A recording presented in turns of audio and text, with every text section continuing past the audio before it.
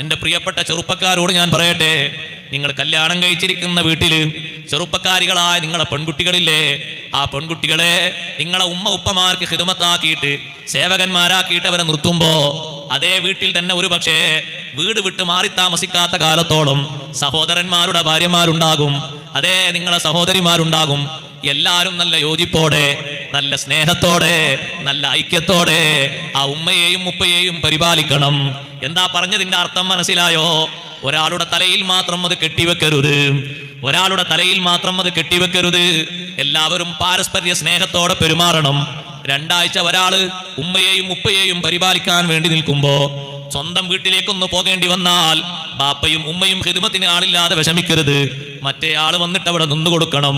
അയാളില്ലാത്ത നേരത്ത് മറ്റേ ആള് വേണം. ഓരോരുത്തരും അങ്ങനെ സഹകരിച്ച് മുന്നോട്ട് പോകണം. അപ്പോഴേ സ്നേഹവും ഐക്യവും അടങ്ങുന്ന കുടുംബ ബന്ധം സംജാതമാകൂ.